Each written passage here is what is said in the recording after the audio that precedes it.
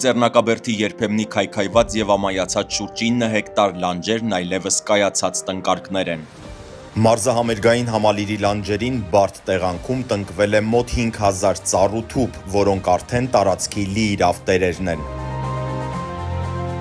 Քաղաքային ուրբան անտառ հիմնման աշխատանքների մեջ անտառներն արդեն համարում են կայացած, երբ որ նրանց 2 տարին արդեն լրացել է եւ 3-րդ տարվա մեջ են։ Բոլոր դեկորատիվ ծառերը աճեցված է եղել քաղաքապետարանի մեր ջերմոցային տնտեսությունը։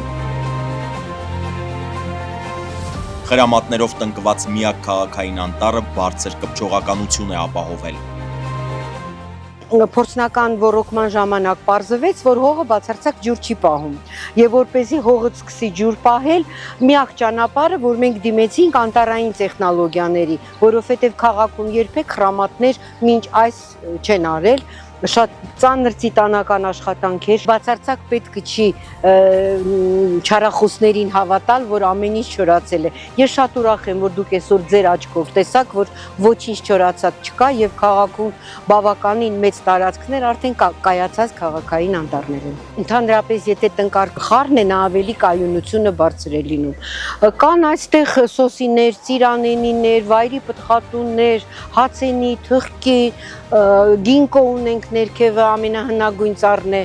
աշխարհի։ Ցենք մտքովս անգամ չէր անցնում, որ այդ ամբողջ քարքարոտ ճանապարհը տենց շատ գեղեցիկ ու ծաղկած կլինի։ Տարածքն ապահովված է ոռոգման համակարգով։